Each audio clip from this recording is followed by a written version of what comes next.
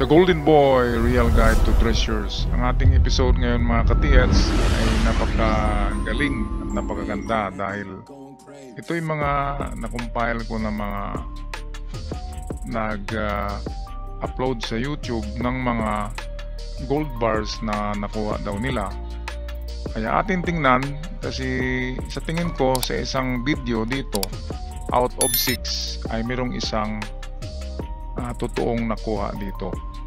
Okay, kaya pagmasdan nyo ng mabuti mga ka-TS, talasan nyo ang inyong mga mata at kilatisin nyo ang mga gold bars na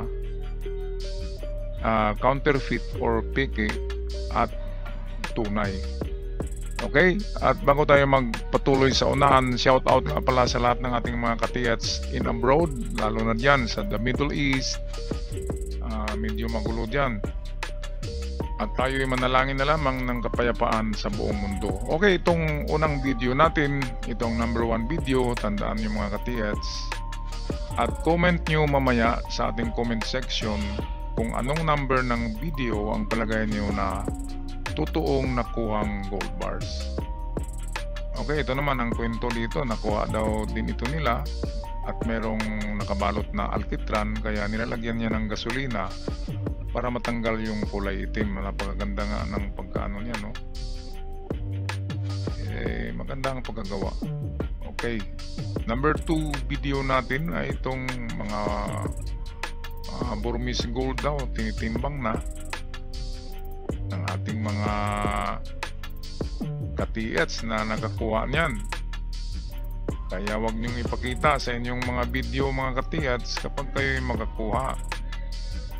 Okay, just keep it a secret. Okay, para walang maghabol sa inyo. Okay yan, so tinitimbang. Okay naman ang timbang niya. Okay, pero yan ng mga size ay standard size yan ng mga gold bar sa bangko. Yung Yamasita ay kakaiba ang bigat nun at laki. Okay, video number 3 atin tungayan ito. Ito ay kapareho nung kanina. Binalot din ng alkitran at medyo lumabas yung yellow-orange na kulay ng gold. Parang bronze siya. Maganda rin ang pagkagawa, still Burmese gold. Okay, kaya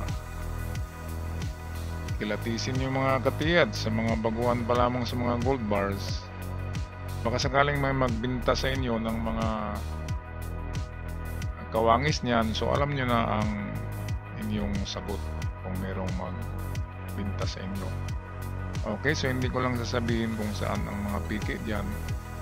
Basta't merong isa dito na tunay na nakuhang gold bars. Ito naman, sobrang linis naman ito. Ito ang ating video number 4. Napakalinis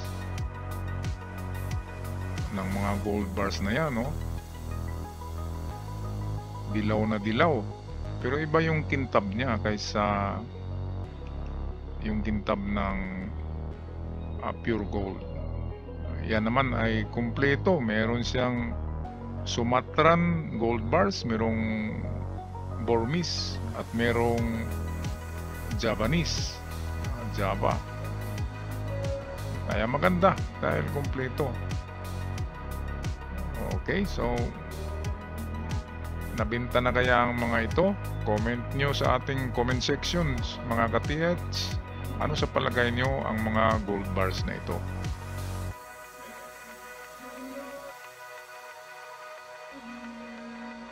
Noong dekada 90 at hanggang year 2000 ay napakauso ng mga modus ng mga peking gold bars. At marami ang naluko noon kasi first time pang lumabas ang mga gold bars na may mga marka tulad ng ganyan. So first time nakita ng ating mga kapatid na mahilig bumili ng gold at marami ang nakabili ng mga peking gold bars.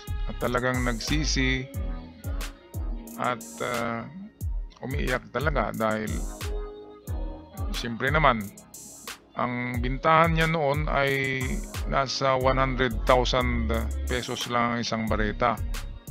At ang promise doon ay pwedeng ibenta ng 12 million pero bibilin mo lang ng 100,000. Kaya binibili talaga ng mga may pera. Okay, ito naman ang viral video noong mga year 2018. Lumabas ang video na ito 2018 or 2017 at viral ito.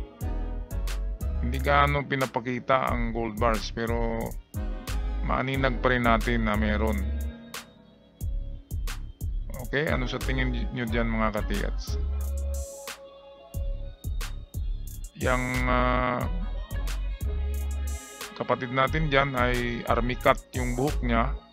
So meron na kayong clue kung anong grupo yan. Ang nag-upload nito ay hindi vlogger noon.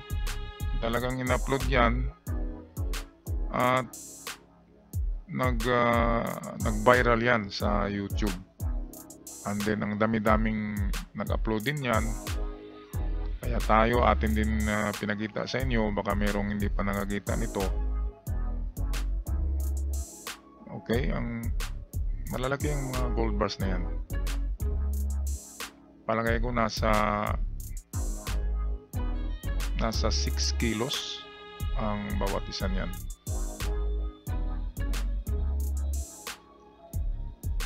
Okay, patuloy tayo. Sa susunod ay ito'y bagong video ng upload ng ating mga kapatid sa YouTube.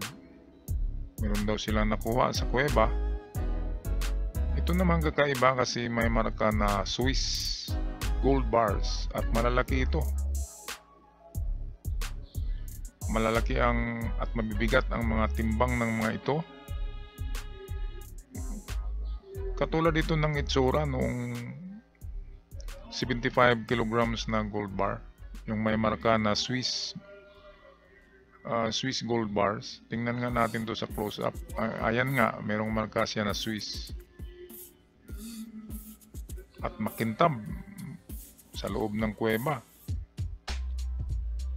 Kaya ang swerte naman ng mga totoong mga nakakuha ng mga ganyan na marami. Merong mga nakapulot niyan ng mga ganyan pero tig-isa lang, yung nalaglag lang siguro sa lalagyan ng mga nagbaon. Pero itong ganito na mga treasure bunker, mga treasure vault na matagpuan nyo o madiscovery at makuha nyo, ay napakaswerte talaga kung totoong makuha yan. Imagine 1 kilo of gold is 3,000, make that 3 million pesos.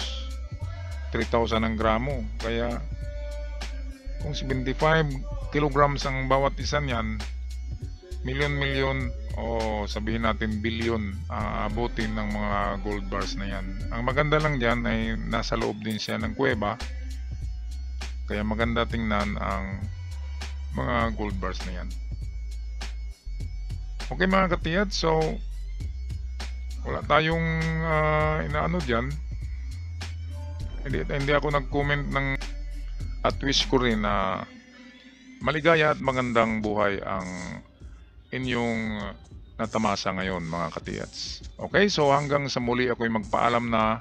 I'll see you on my next video dito lamang sa The Golden Boy, Real Guide to Treasures. Paalam!